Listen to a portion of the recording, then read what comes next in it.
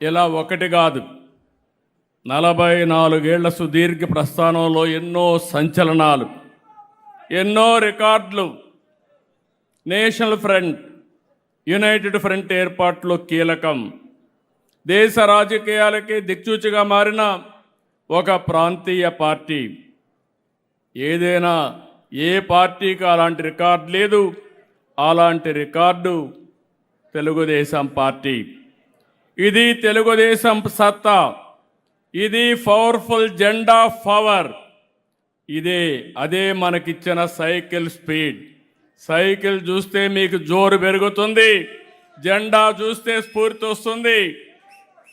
ఆ స్పీడే 44 సంవత్సరాలు ఈ పార్టీ నడిపించింది.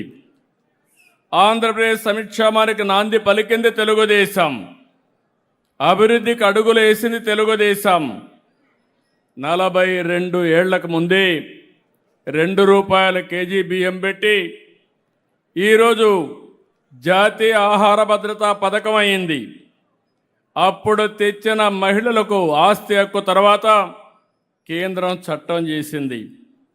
మహిళలు నాడు స్థానిక సంస్థల్లో కల్పించిన రిజర్వేషన్లు దశాబ్దాల తర్వాత 33% చట్టసభల్లో రిజర్వేషన్లు వస్తున్నాయి. మా ఆడబిడ్డలు సిద్ధపడుతున్నారు. ఎప్పుడూ రానంతగా ప్రజెంట్ ఈరోజు చూస్తే ఎక్కువ ఆడబిడ్డలు వచ్చారంటే రాబోయే రోజుల్లో తప్పకుండా 33% రిజర్వేషన్లకు సిద్ధంగా ఉండే పార్టీ తెలుగుదేశం పార్టీ.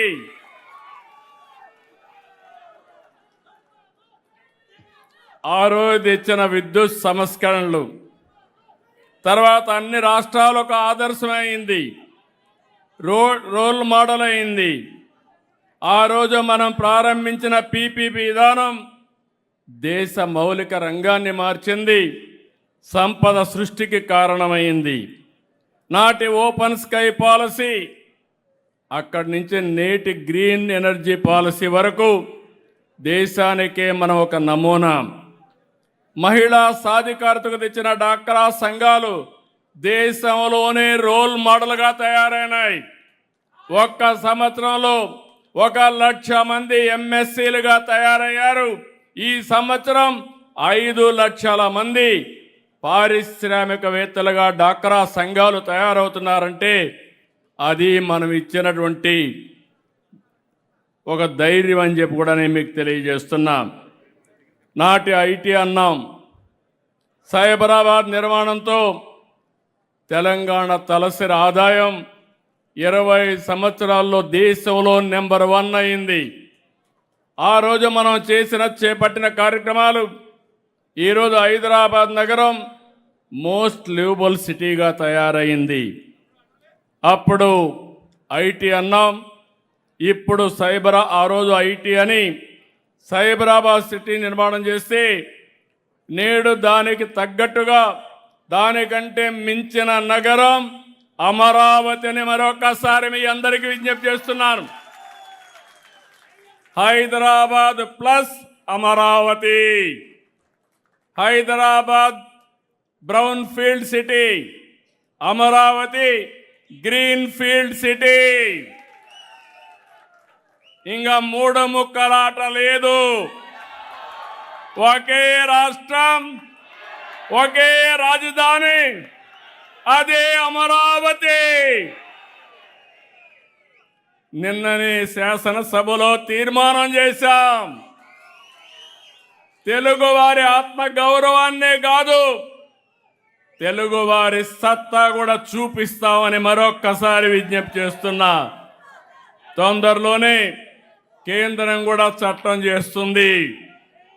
ఇంకా రాబోయే రోజులు అమరావతిని ఇంచు కూడా కదిలించలేరు. ఎందుకోగాను నాకు ఇప్పుడు కూడా అర్థం కాదు. ప్రజా రాజధాని అమరావతి, దేవతల రాజధాని అమరావతి. ఆ అమరావతి చెప్తే నిద్ర రాంది కొంతమందికి, శాశ్వతంగా నిద్ర రాదు. అమరావతికి వచ్చే పరిస్థితులు కూడా లేరు. నేను అందుకే విజ్ఞప్తి చేస్తున్నా, ఇలాంటి అమరావతి వ్యతిరేక శక్తుల్ని శాశ్వతంగా అమరావతికి రాకుండా చేయాల్సిన బాధ్యత కూడా ప్రజలపైనే ఉందని చెప్పి విజ్ఞప్తి చేస్తున్నా. బీసీలకు రాజ్యాధికారం కట్టబెట్టాం, ఎస్సీలకు వర్గీకరణతో న్యాయం చేశాం, ఎస్టీలకు భూములు పథకాలు ఇచ్చి జీవితాలు మార్చాం, మైనారిటీల కోసం కార్పొరేషన్ పెట్టాం, వారి జీవన ప్రమాణాలు పెంచే కార్యక్రమాలు తెచ్చాం. జవాబుదారీ రాజకీయాలకు దేశానికి పరిచయం చేశాం, వ్యవస్థల్లో పారదర్శకత బాధ్యత పెంచాం. తెలుగుదేశం పార్టీ విజయాలనే కాదు సంక్షోభాలని సవాళ్ళను చూసింది, కుట్రల్ని, అదే మరిగా సంక్షోభాలను ఎదుర్కోవడం మనకు కొత్త కాదు. ఇప్పుడు మీరు వీడియో చూపిస్తే నాకు పాత చరిత్ర అంతా కూడా నెమరేసుకునే పరిస్థితికి వచ్చి చూసినప్పుడు నేను కూడా చాలా ఎమోషనల్గా కూడా ఫీల్ అయ్యాను. ఎంతమంది కార్యకర్తలు త్యాగాలు చేశారు, ప్రాణాలు పోగొట్టుకున్నారు, ఆస్తులు పోగొట్టుకున్నారు, నిద్ర లేని రాత్రులు గడిపారు, పోలీస్ స్టేషన్లో ఎక్కడికి తీసుకుపోతారో తెలియకుండా ఎంత అవస్థపడాలనో అంత అవస్థపడ్డారు. కానీ కొంతమంది ఆలోచిస్తున్నారు తెలుగుదేశం పార్టీని ఫినిష్ చేస్తామని. ఆ ఆలోచన వచ్చిన వాళ్లే ఫినిష్ అయ్యారు తప్ప తెలుగుదేశాన్ని ఏమీ చేయలేకపోయారు, ఏమీ చేయలేరు. ఇందిరాయాంలో ఎన్టీఆర్ని గద్దెదించే కుట్రబన్నారు. అలీపేరులో నాపై హత్యా ప్రయత్నం చేశారు. 2004 తర్వాత టీడీపీ కార్యకర్తలు నేతల యొక్క ప్రాణాలు తీశారు. అదే సమయంలో మీరు చూస్తే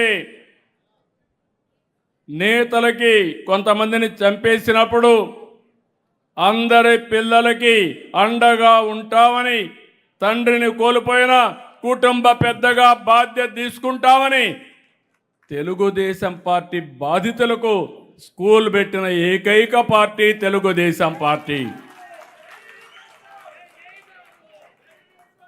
గత ప్రభుత్వ విధ్వంసంపై లోకేష్ యువగళం పాదయాత్ర చేపడితే అడ్డుకున్నారు. కార్యకర్తల అండతోనే ముందడుగేశారు, ఎక్కడా వెనుకడుగేయలేదు. అదే సమయంలో 19-24 మధ్య కాలంలో ఎంతోమంది జైలుకి వెళ్ళారు. కడాను కూడా నన్ను కూడా జైల్లో పెట్టే పరిస్థితికి వచ్చారు. కానీ ఒకే విషయం గుర్తు చేస్తున్నా, తెలుగు జాతి కోసం ఎలాంటి త్యాగాలు చేయడానికైనా తెలుగుదేశం పార్టీ సిద్ధంగా ఉన్నామని మరొక్కసారి గుర్తు చేస్తున్నాం. కేసులు, దాడులు, వేధింపులు, అరెస్టులు, అణిచివేతలు, హింసా రాజకీయాలు, హత్యలు ఏది మన ప్రస్థానాన్ని ఆపలేదు. ఏ శక్తి మన విజయాన్ని అడ్డుకోలేదు. అది వాస్తవం.